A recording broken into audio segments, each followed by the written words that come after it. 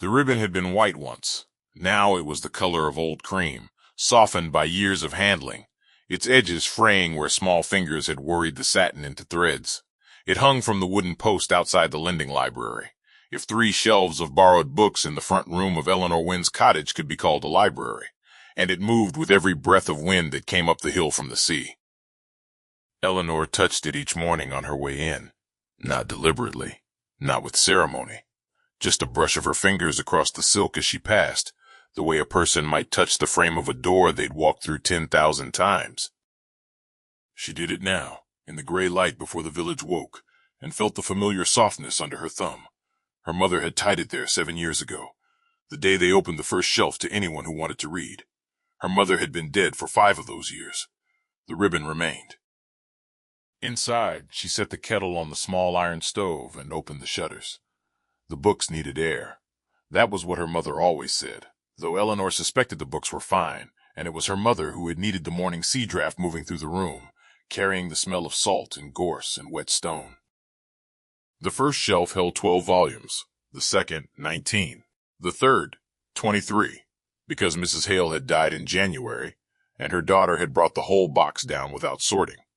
So there were 2 copies of Pilgrim's Progress and a water-stained almanac from 1799 that no one would ever read, but that Eleanor couldn't bring herself to remove. 54 books for a village of 300 souls. It was enough. She heard the door before she heard the voice. The creak of the hinge she kept meaning to oil and never did, because the sound told her someone had come, and she liked knowing. Eleanor. It was Thomas Marsh, the baker's son, who was 23 and still called the baker's son, though he had been running the ovens alone since his father's hands went stiff. He held a loaf wrapped in cloth, still warm enough that steam escaped when he set it on the table. Brought you the end piece, the one with the crust you like. You didn't have to. You lent my sister the book about the herbs. She hasn't stopped talking about poultices. Da's convinced she's going to poison him. He grinned. I had to thank you somehow before she does. Eleanor smiled. She did not say what she could have said, which was that Thomas brought her bread 3 mornings out of 5 and had done so for 2 years, and that the herb book had only gone to his sister last Tuesday. The bread was not about the book, but Eleanor understood that some kindnesses needed a reason attached to them so the giver could bear the tenderness of the act, and she would not strip that from him. Tell your sister the chapter on comfrey is the one she wants, she said, and tell your father that comfrey is only dangerous if you eat it, which I trust he has the sense not to do. Thomas laughed. He touched the doorframe on his way out, the same spot Eleanor touched, and she watched him go down the lane with his shoulders loose and his stride easy, a man in a place where he was known. That was the morning the letter came. It arrived with the mail coach, which came to Hatherswick twice a week when the roads were passable, and not at all when they weren't. The letter was addressed to no one in particular, which was itself a kind of statement. It bore the seal of the Duchy of Ashmore, pressed into black wax with an imprint so deep Eleanor could feel the ridge of it with her fingernail. She was not the person who opened it. That was George Farrow, who served as the village's nearest thing to a clerk, though his official title was postmaster, which meant he sorted letters on a table in his kitchen and shouted for people when they had something. George read slowly, moving his lips, and by the time he looked up, the Reverend Holt and Mrs. Kavanaugh and 3 of the fishermen's wives had gathered in his doorway. The Duke of Ashmore, George said, is coming to inspect his holdings. Silence, briefly. Then Mrs. Kavanaugh. What holdings? Apparently we are his holdings. This was technically true. The land on which Hatherswick sat belonged to the Ashmore estate, as it had for 6 generations. But no Duke of Ashmore had visited in living memory. The rents were collected by an agent named Poole, who came quarterly, drank ale at the tavern, wrote figures in a ledger, and left. The village's relationship to its duke was purely theoretical, a name on a deed, a line in a legal document, as distant and abstract as the king. Eleanor heard about it an hour later, when Margaret Holt, the Reverend's wife, came to return a volume of poetry and stayed to talk. Margaret was the kind of woman who delivered news the way a surgeon delivered a diagnosis, with precision, calm, and an undercurrent of grim relish. His name is Lord Adrian Blackwell, Margaret said, 4th Duke of Ashmore. He inherited 2 years ago, apparently, and has been, what did George's letter say, conducting a thorough review of estate properties. He arrives in 9 days. What does he want? Respect, I imagine. That's usually what dukes want. Eleanor dried a teacup and placed it on the shelf. She thought about the word inspect and what it meant when applied to people rather than objects. You inspected a horse you were thinking of selling. You inspected a wall you suspected of rot. 9 days, she repeated. George thinks we should prepare something, a welcome of some kind. He's already panicking about the state of the road. The road is fine. The road has a hole in it the size of a bathtub. Then the Duke will learn what our roads are like. Margaret smiled at that. Small, private, approving, and left with a different book than the one she'd brought back.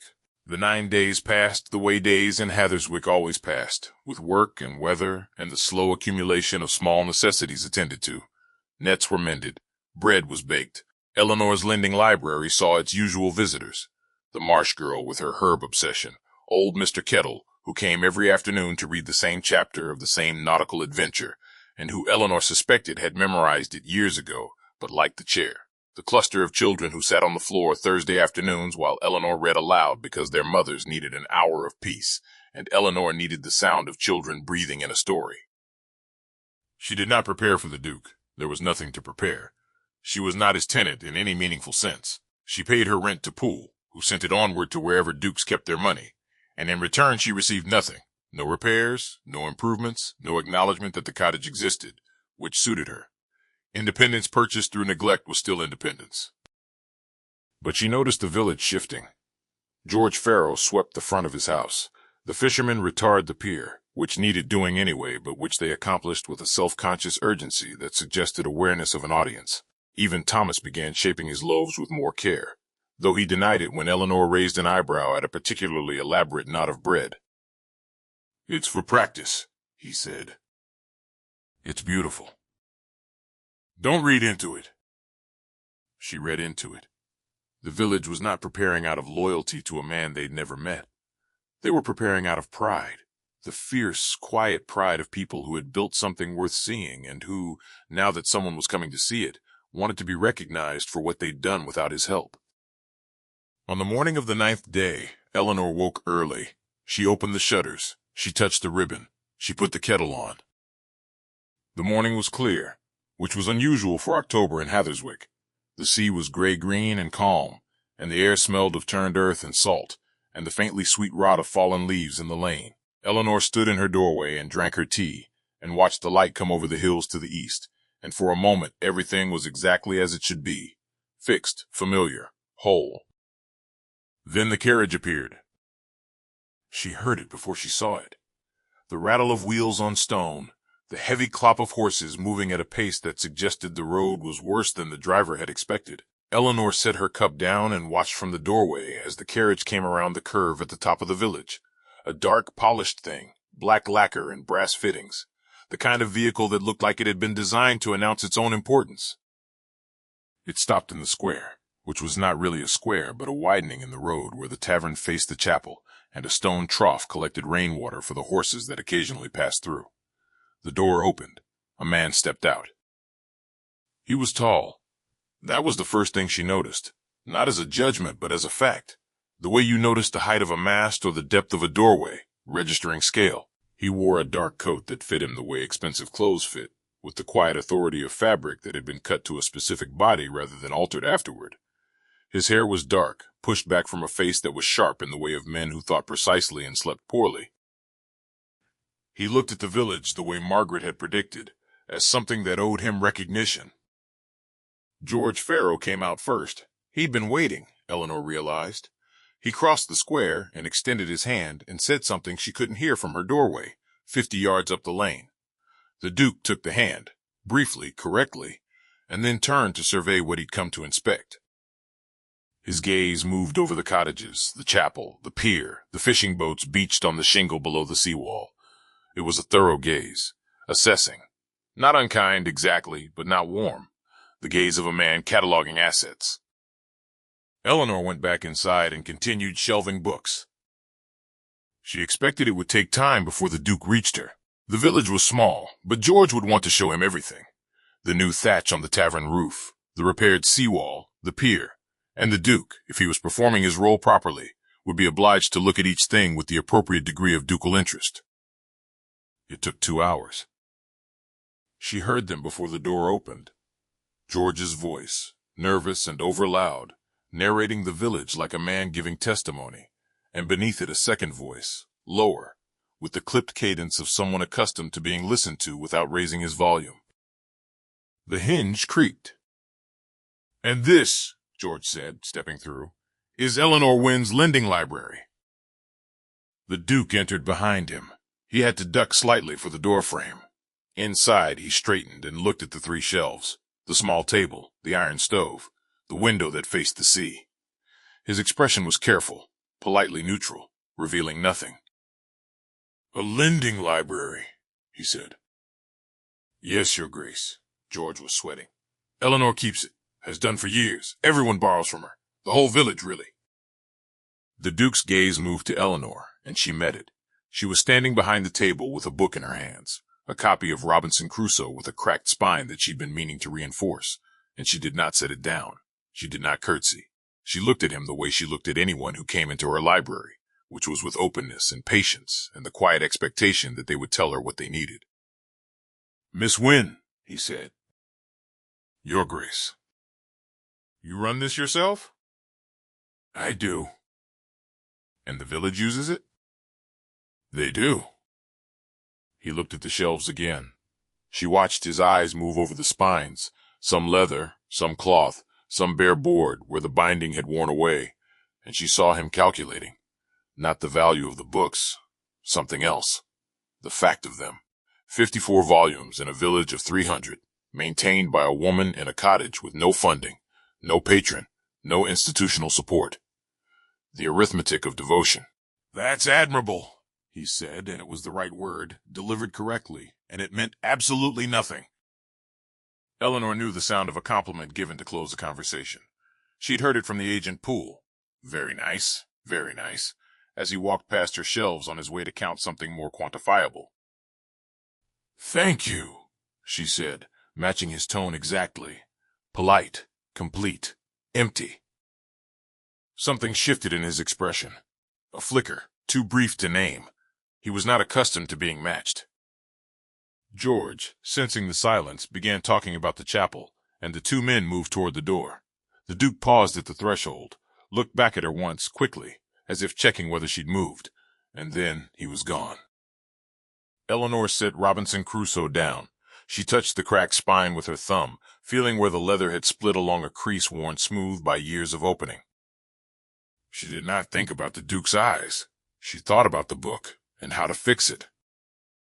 Outside, the ribbon moved in the wind. The Duke stayed at the tavern.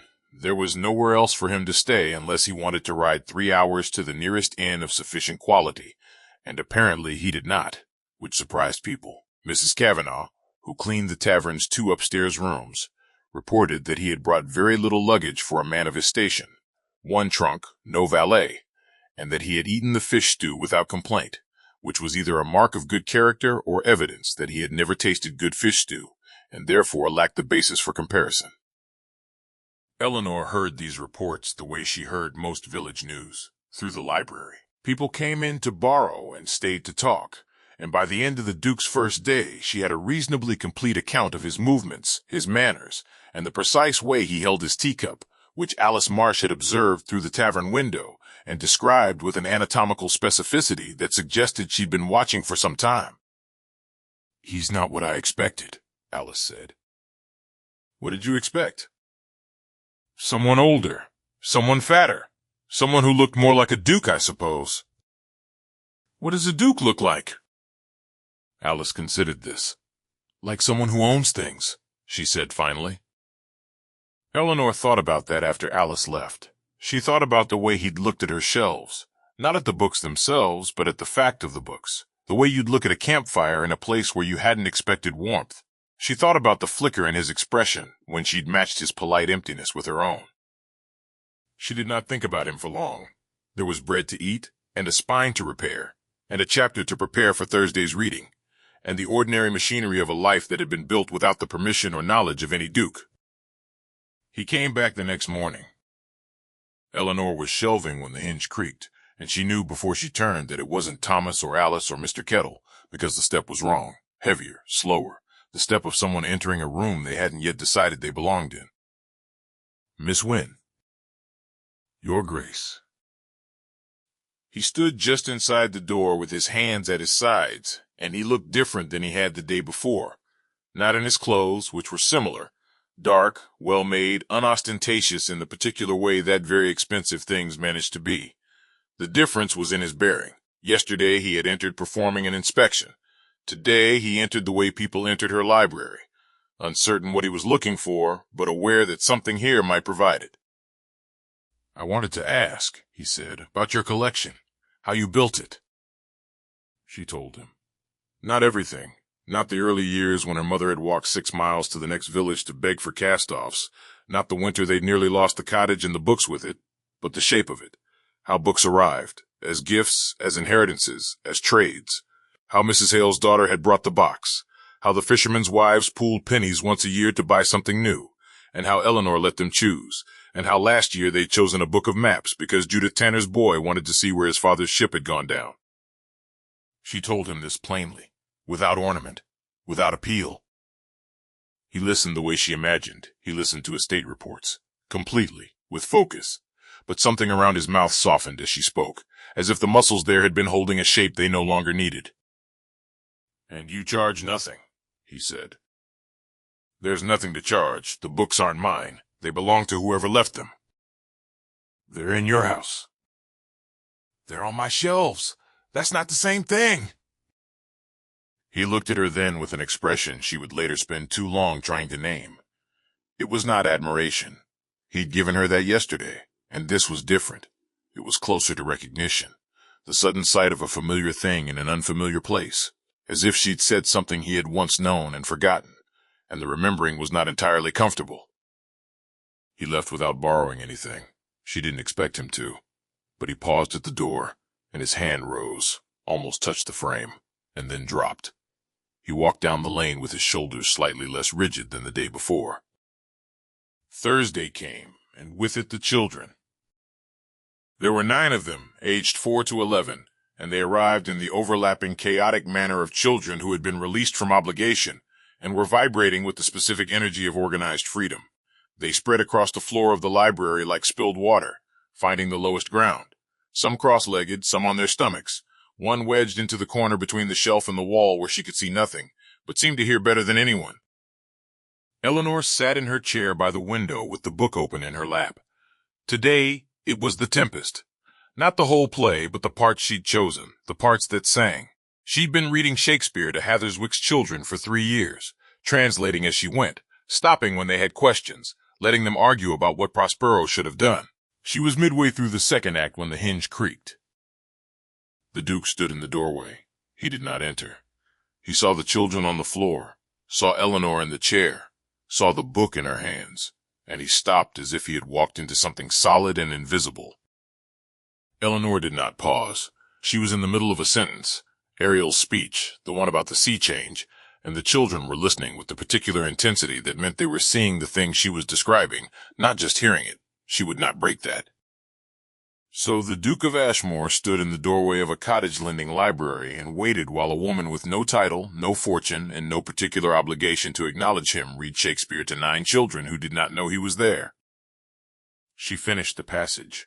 The children exhaled collectively, that soft, involuntary sound that meant the spell was lifting and the room was becoming a room again. Then young Will Tanner, who was 7 and had his dead father's habit of stating the obvious with tremendous confidence, turned around and saw the man in the doorway and said, "Who's that?" "That is the Duke of Ashmore," Eleanor said. "He owns the land your house sits on." Will considered this. "Does he own the library?" "No." "Good," said Will, and turned back around.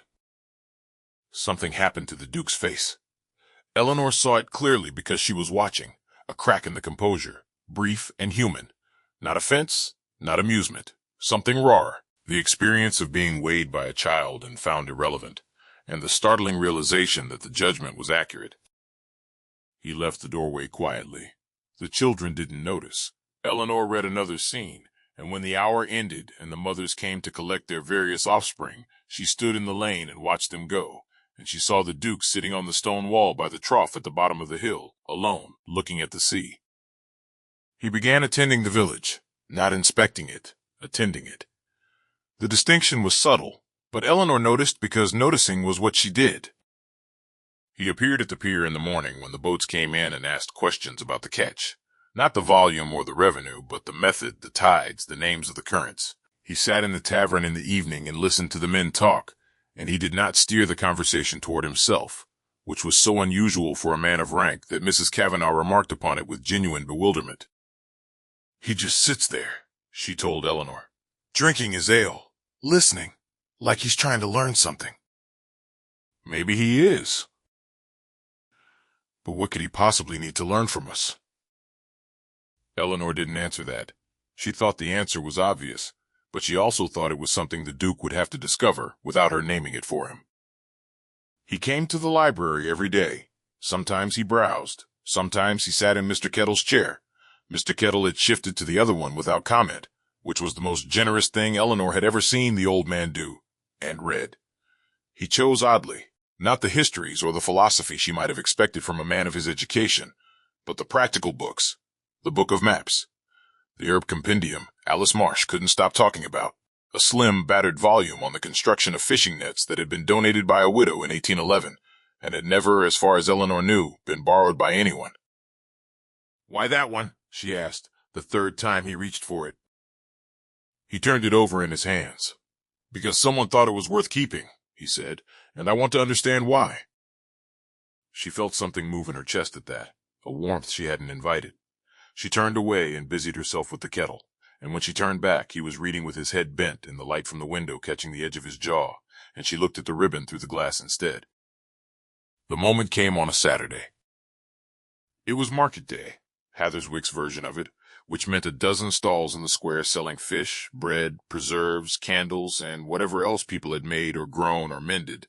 It was the social center of the village's week, the place where transactions blurred into conversations, and conversations blurred into the general hum of a community conducting the business of being itself.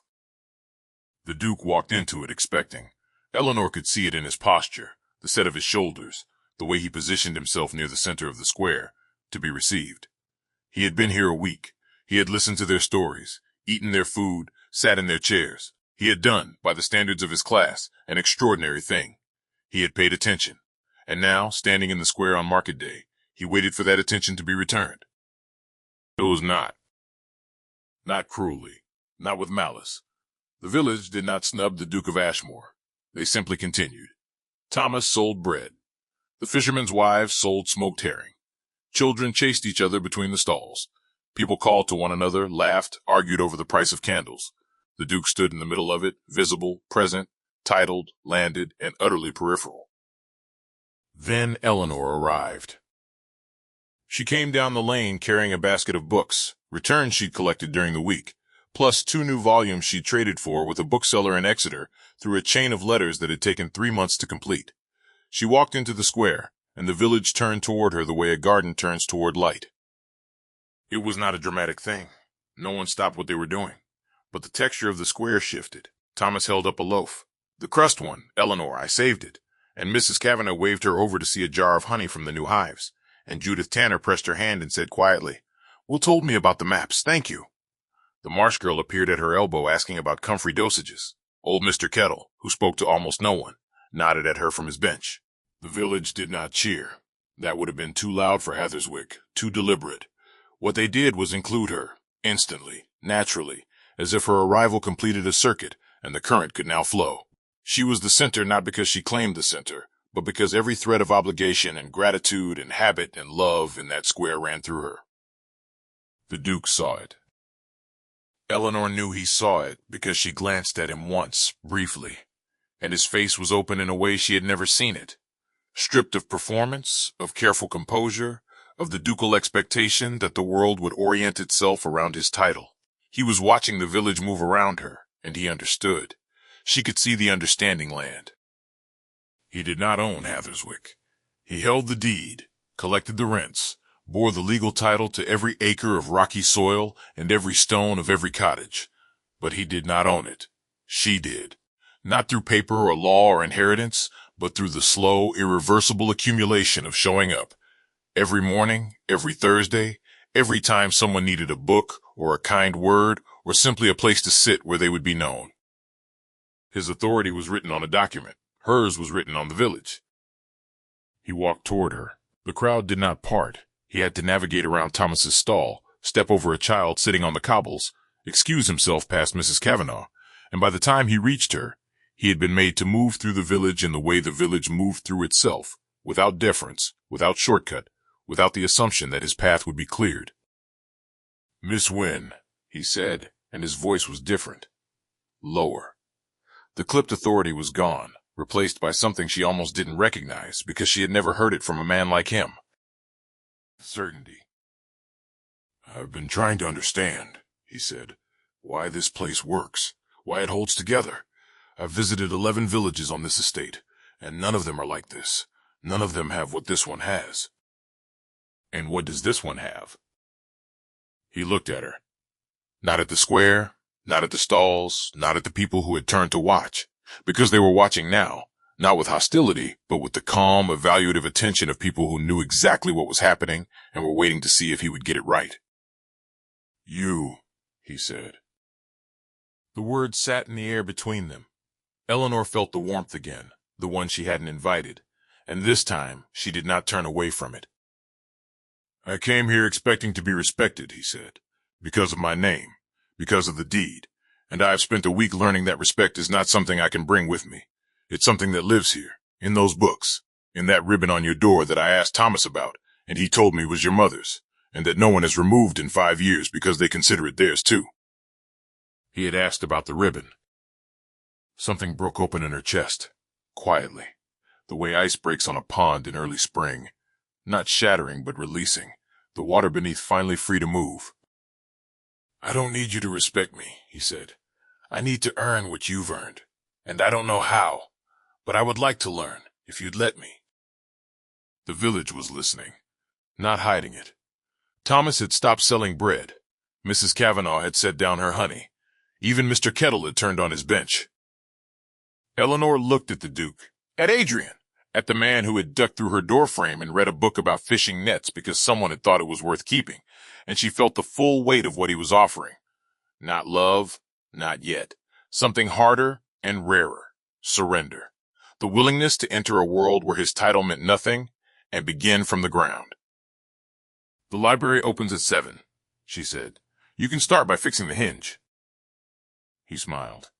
It was the first time she'd seen him smile, and it changed his face so completely that she understood all at once why Alice had watched him through the tavern window. But what moved her was not the smile itself. It was the relief in it, the gratitude of a man who had been told he could stay. Thomas let out a breath. Mrs. Kavanaugh murmured something to Judith. The square resumed its rhythm. Stalls, voices, children, the smell of bread and salt air and turned earth. And Eleanor stood in the center of it with a basket of books and a Duke beside her, who had finally understood that the center was not his to claim. She reached into her basket and handed him a book, the volume on fishing nets, the one no one had ever borrowed, the one he'd held 3 times and always returned. "Keep it," she said. He took it, held it against his chest with both hands, the way you hold something that has been given freely and is therefore worth more than anything you could buy. Above them, on the post outside the lending library at the top of the lane, the ribbon moved in the wind, old, fraying, the color of cream, tied there by a dead woman, kept there by a village, touched every morning by the woman who held them all together, not through power but through presence. The Duke looked up the lane at it. Eleanor watched him look. "Your mother's," he said. "Everyone's," she said. And that was the truth of Hatherswick, the thing no deed or title or inspection could capture, that what is given freely becomes shared, and what is shared becomes unbreakable, and that a woman with 54 books and a fraying ribbon could hold more authority than a man with 1,000 acres, simply by showing up every morning and opening the door.